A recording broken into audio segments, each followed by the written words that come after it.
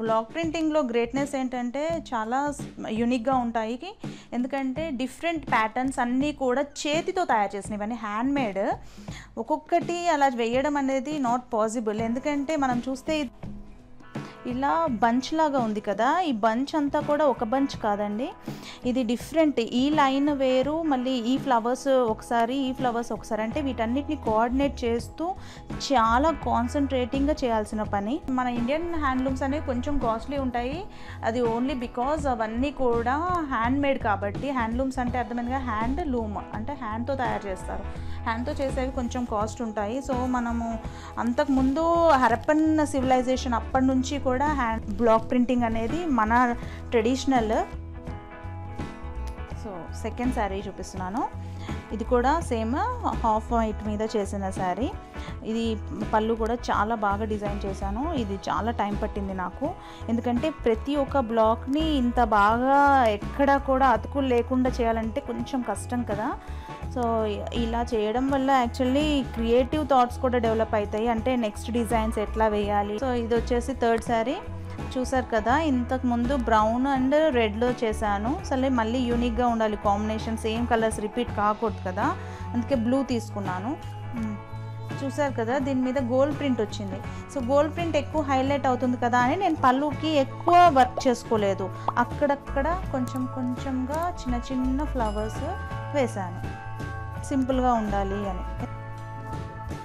So ఇది నేను border only highlight చేశాను. సో ఇది నేను ఎక్కువ బార్డర్ హైలైట్ చేశాను. అండ్ ఇంకా ఏంటంటే ఇది ట్రైబల్ ప్రింట్. ట్రైబల్ ప్రింట్ అనేది ఎప్పటికీ ఎవర్ గ్రీన్ ఫ్యాషన్, ఎప్పుడు కూడా ట్రెండ్లో ఉంటాయి, చాలా బాగుంటుంది. అండ్ ఈ ట్రైబల్ ప్రింట్ చూసారు కదా, రెండు కాంబినేషన్, అండ్ దానికి మౌంటైన్ వచ్చింది కింద బార్డర్, ఆ మౌంటైన్ వేశాను. మౌంటైన్ కూడా చాలా బాగుంటుంది అండ్ ఎప్పుడు కూడా ఫ్యాషన్లో ఉంటుంది. ఇలా హాఫ్ వైట్ వచ్చేసి మీద ఎక్కువ చేయడానికి కారణం ఏంటంటే, కొంచెం హాఫ్ వైట్ అనేది కొంచెం బాగుంటుంది అఫీషియల్లీ కానీ ఎక్కువగా. సో ఈ శారీ చూడండి, ఈ శారీ వచ్చేసి మనకి నేనేం చేశానంటే, యూజువల్లీ మనకన్నీ కూడా ఒకే కలర్ కాంబినేషన్ అయిపోయాయి కదా, ఇప్పుడు నేను డబల్ కలర్ వేయాలి అని అనుకున్నాను. డబల్ కలర్ ఎలా వేయాలి అని చెప్పి నేను దీన్ని కొంచెం యూనిక్గా డిజైన్ చేసుకున్నాను, నా ఓన్గా క్రియేట్ చేసుకున్నాను. ఇది దీని మీద బ్లాక్స్ చూపిస్తాను.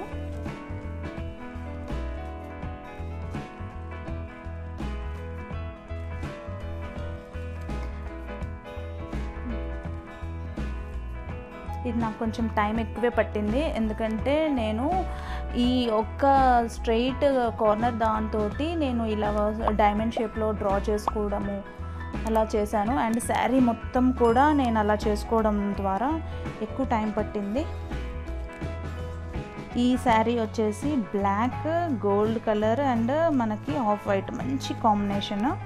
ఈ శారీ అంతా కూడా నేను ఈ ఓన్లీ ఒక్క పీస్ తోటి ఇట్లా 3 times వేశాను.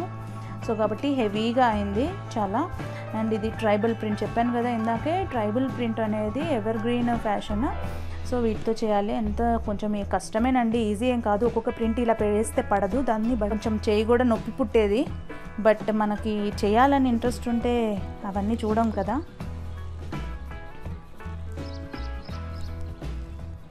సో ఇది వచ్చేసి గ్రీన్ చేశానండి. ఇప్పటిదాకా చూసారు కదా, డిఫరెంట్ కలర్స్ చేశాను. అండ్ ఈ గ్రీన్ వచ్చేసి ఆగస్ట్ 15కి వేసుకుంటే బాగుంటుంది. ఆరెంజ్ కూడా ఒకసారి చేశాను, అలానే శారీ ఓల్డ్ అయిపోయింది.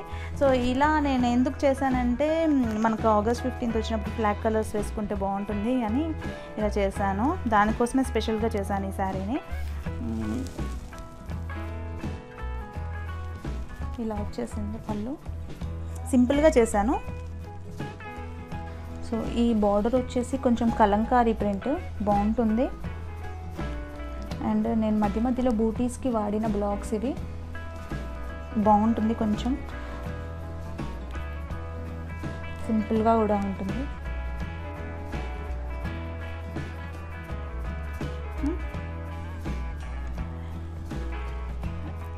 ఈ శారీ వచ్చేసి పింక్ కలర్తో చేశాను, ఎందుకంటే పింక్ బాగుంటుంది కదా ఎంతైనా, బేబీ పింక్ కొంచెం. సో దీన్ని నేను పెద్ద బిగ్ బ్లాక్ యూజ్ చేశాను. ఈ బిగ్ బ్లాక్ ఎందుకు యూజ్ చేశానంటే మీకు చూస్తున్నారు కదా, దీంట్లో చక్కగా బార్డర్ అదే వచ్చింది. ఇందాక అన్నీ కూడా బార్డర్ వేరుగా నేనే వేసేదాన్ని, మళ్ళీ ఈ ప్రింట్ వేరుగా నేనే వేసేదాన్ని. సో ఈ బ్లాక్ అందుకే కొన్నాను, ఎందుకంటే ప్రతిసారి అలా వేయడం కష్టమైపోతుంది కదా. సో ఈజీగా అయిపోవాలి పెద్ద బార్డర్స్ అని. కొన్ని పెద్ద బార్డర్స్ కొంటే బ్లాక్స్ కూడా కాస్ట్లీ ఉంటాయి. ఈ ఒక బ్లాక్కి వచ్చేసి నాకు ఆల్మోస్ట్ 1500 పడింది. ఇప్పుడు కూడా కాదు, ఈ బ్లాక్స్ అన్నీ కూడా కాస్ట్లీ ఉంటాయి. వీటి గురించి తర్వాత చెప్తాను, ఎందుకంటే ఇవన్నీ టేక్తో తయారు చేస్తారు. చాలా స్టాండర్డ్గా ఉండాలి కదా. నేను చెప్తున్నాను కదా 8 years బ్యాక్ కొన్నాను, ఇప్పటికీ అలా ఉన్నాయి. ఇంకా నేను చాలా యూజ్ చేసుకోవచ్చు వీటిని, కానీ నేను ఇంకా ఇప్పుడు అంత కాన్సన్ట్రేట్ చేయట్లేదు. ఓకే, ఇది మొత్తం శారీ ఇలా చేశాను. సో ఇప్పుడు నా బ్లాగ్స్ కలెక్షన్స్ చూపిస్తాను. నాకు ఈజీగా దొరకలేదు, దాని మీద కూడా చాలా రీసెర్చ్ చేశాను. ఫస్ట్ బ్లాగ్స్ చూడండి, నేను చెప్తాను అవి ఎక్కడ కలెక్ట్ చేశాను.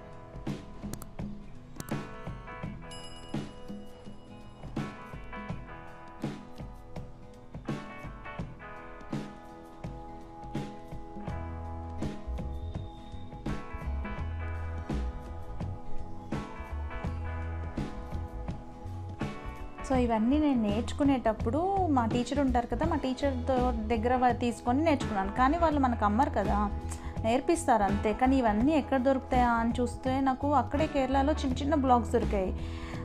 కానీ ఇలా పెద్ద పెద్ద బ్లాగ్స్ దొరకలేదు నాకు అసలు కూడా. ఎంత వెతికాను అంటే ఆ టైంలో నాకు చాలా చేయాలని ఉండేది.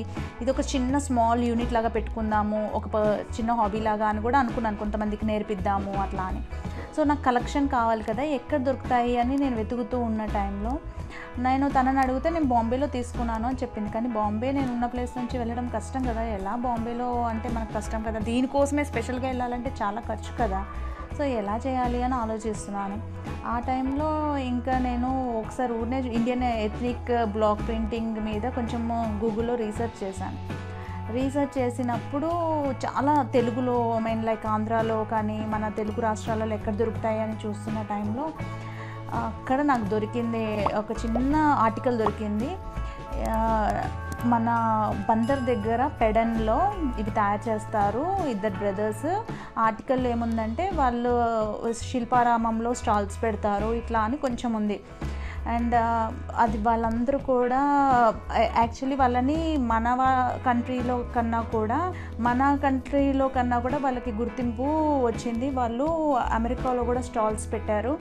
అక్కడ వాళ్ళు చాలా ఇంట్రెస్టెడ్గా బ్లాక్ ప్రింటింగ్ హ్యాండ్మేడ్ అంటే చాలా యూనిక్గా ఉంటాయి కదా. అంటే వాళ్ళు ఏం చేస్తారంటే ఎవరికి తగ్గట్టు కలెక్షన్ వాళ్ళు కస్టమైజ్ చేసిస్తారు. నాకు ఈ బ్లాక్ కావాలి అని అడిగితే ఆ బ్లాక్ డిజైన్ చేసిస్తారు. సో ఇంకా నేను వాళ్ళ గురించి చూస్తున్నప్పుడు వాళ్ళ నెంబర్ తీసుకున్నాను. ఎలా అంటే ఇంకా సెర్చ్ చేస్తున్నాను కదా, వాళ్ళ గురించి సెర్చ్ చేస్తుంటే వాళ్ళ నెంబర్ తీసుకున్న వెంటనే కూడా అది కలవలేదు నాకేమి కూడా. నేను కాల్ చేస్తే ఇంకా నేను ఒకసారి అటువైపు వెళ్ళినప్పుడు స్పెషల్గా వీళ్ళ కోసం అని చెప్పి 2 hours ట్రావెల్ చేసి పెడన్ వెళ్ళాను. బందర్ దగ్గర పెడన్ అని ఉంటుంది ఒక ఊరు. పెడన్లోనే కలంకారీ ఈ బ్లాగ్స్ తయారవుతాయి, అప్పటిదాకా నాకు తెలియదు.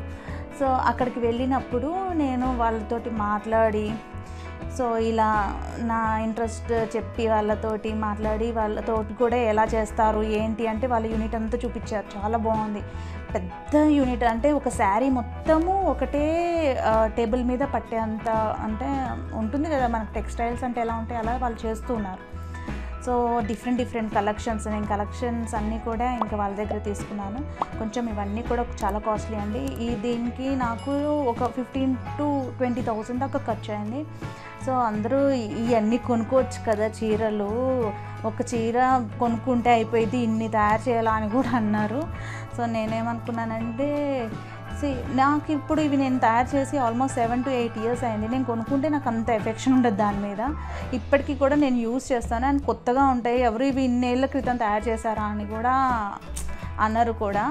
అంటే ఇన్ని ఇయర్స్ బ్యాక్ చేసినా కానీ ఇప్పటికీ కొత్తగా ఉంటాయి. ఎందుకంటే నేను తయారు చేశాను కదా, కొద్దిగా కాషియస్గా జాగ్రత్తగా యూజ్ చేస్తాను. ఎంత వైట్ కదా, ఎంతనే పాడైపోతుంది. సో దానికి తగ్గట్టు మెయింటెనెన్స్ కూడా చేస్తూ ఉంటాను. సో అన్నిటికన్నా మెయిన్గా ఏంటంటే నాకు వచ్చే క్రియేటివ్ ఐడియాస్లో నుంచే నా శారీస్ డిజైన్ అయ్యాయి. సో కాబట్టి ఇప్పుడు మనం వెళ్ళిపోతాము ఏదైనా బొటిక్లో, ఇది యూనిక్ పీస్ అండి, ఇది మంచి డిజైనర్ పీస్ అంటే కొంటాము.